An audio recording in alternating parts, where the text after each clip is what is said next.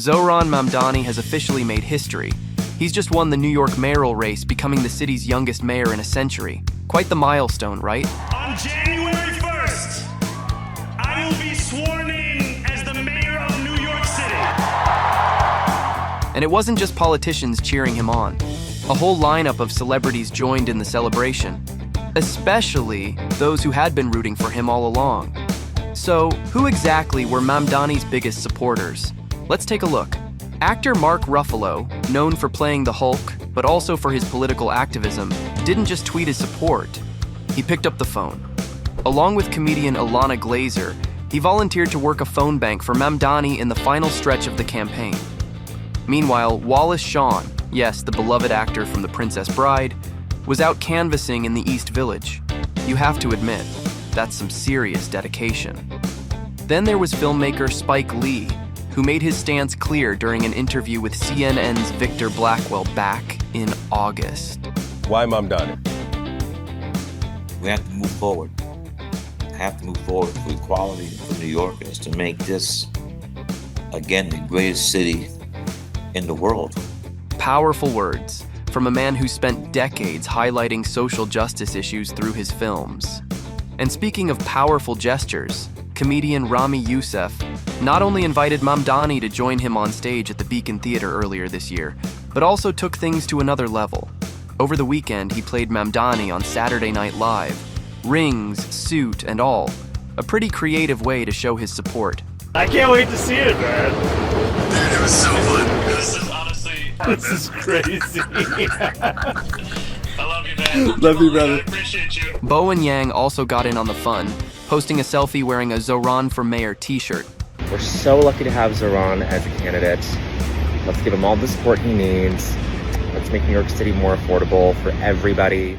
Meanwhile, actress and former gubernatorial candidate Cynthia Nixon cast her early vote and urged everyone else to do the same, calling Mamdani brilliant and young. Not bad to have Miranda Hobbs in your corner. And of course, model and activist Emily Ratajkowski was one of the earliest to back him. She even launched the Hot Girls for Zoran trend, sharing a video alongside the candidate himself to encourage voter turnout. It is Emily Ratajkowski and Zoron Mamdani. it's election day today. You need to get to the polls. They're open till 9 p.m. What else do they need to know? Go to zoranfornyc.com/vote. You can find out where your poll site is. Text your friends and family because we need everybody to come out. You have to love how Gen Z and millennial activism keeps getting catchier. Actress Lupita Nyong'o also shared her personal connection, saying she's known Mamdani from way back and believes he has the personality and temperament to be an excellent mayor. She proudly shared that she'd already voted for him. Now that's friendship and faith rolled into one. Even singer Lorde, though not a US voter, showed her enthusiasm on Instagram, calling Mamdani the one candidate with a crystal clear vision for a fairer and more caring New York. She urged followers to get thee to the polls, because who can resist a poetic call to civic duty from Lorde herself? And while Mamdani's rise clearly had a lot of fans, let's just say not everyone was thrilled, especially one familiar figure known for his fiery opinions, Donald Trump. If you want to see what congressional Democrats wish to do to America, just look at the result of yesterday's election in New York, where their party installed a communist as the mayor of the largest city in the nation. But Mamdani hasn't exactly been shy about where he stands on that front either. This is not only how we stop Trump, it's how we stop the next one.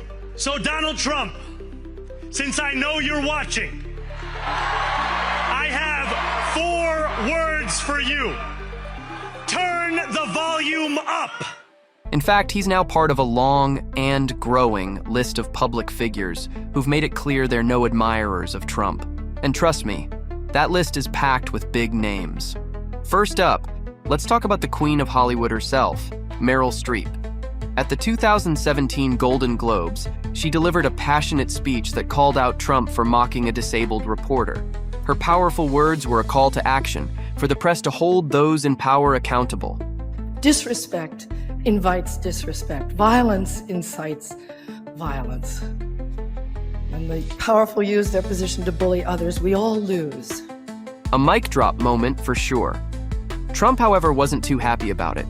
You are a rude, terrible person. He denied ever mocking the reporter and tweeted that Meryl was one of the most overrated actresses in Hollywood and a Hillary flunky who lost big. Ouch. I am the most overrated and most over-decorated. That sounds like a classic case of, if you can't take the heat, stay out of the kitchen. Now, let's crank it up a notch with the one and only Cher. This iconic singer has made it clear that she's never hated anyone as much as she hates Trump. I don't think he has two moral fibers to rub together. She admitted she'd be dancing around if he were prosecuted and locked up. And she didn't stop there. Cher accused Trump of creating a toxic culture war in America, saying that people who once disagreed are now enemies. I hate him, she declared. I would put my fist through his face. Then we have the master of horror himself, Stephen King. Do you think that the Trump presidency is scarier than a Stephen King novel? Short answer to that is yes, I do. This best-selling author made his feelings about Trump pretty clear, calling him a horrible president and a sociopath. I might have said he had his head somewhere where a certain yoga position would be necessary to get it there. King also stirred up some controversy when he tweeted about a recent shooting incident involving Trump.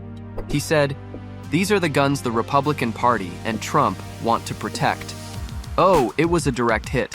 Actually, he has consistently criticized Trump, especially when it comes to the former president's criminal behavior and the alarming rise of fascism in the US. He's definitely not holding back. Have you ever blocked anybody? Yes, I blocked Donald Trump. Next up is Robert De Niro, who's made headlines for calling Trump a clown and a dictator during a recent event. Yeah, he's so stupid. After his fiery speech outside a trial, De Niro was set to receive a prestigious award. But guess what? The National Association of Broadcasters decided to rescind it because they didn't want any distractions from their bipartisan event. Seems like standing up for what you believe in has its consequences. He is really, genuinely a sick person that somehow has been allowed into our system. Trump, of course, didn't take it lying down and called De Niro pathetic on social media. Classic Trump move. Look at the lame, inane things that he said. He's so stupid, he can't even say anything clever or stupid. He's a moron. Next, we have the charming George Clooney. There's this part of you that just goes, well, that guy shouldn't be president. But I was wrong, and he was. And just recently, Clooney expressed his concern over Trump's re-election. It's all scary, just because there is a world where we could go back. And back in 2017, he called out Trump for labeling him and other Hollywood figures as elite living in a bubble. Clooney, who has a humble background, reminded everyone that he sold insurance door to door and had to make sacrifices just to get by. He said, he lives in a gold tower and has 12 people in his company, contrasting his own experiences with those of Trump. He was just this knucklehead. I knew him before he was, a president. He was just a guy who was chasing girls. Every time you went out, he'd come over and be like, what's the name of that girl? That's all he was.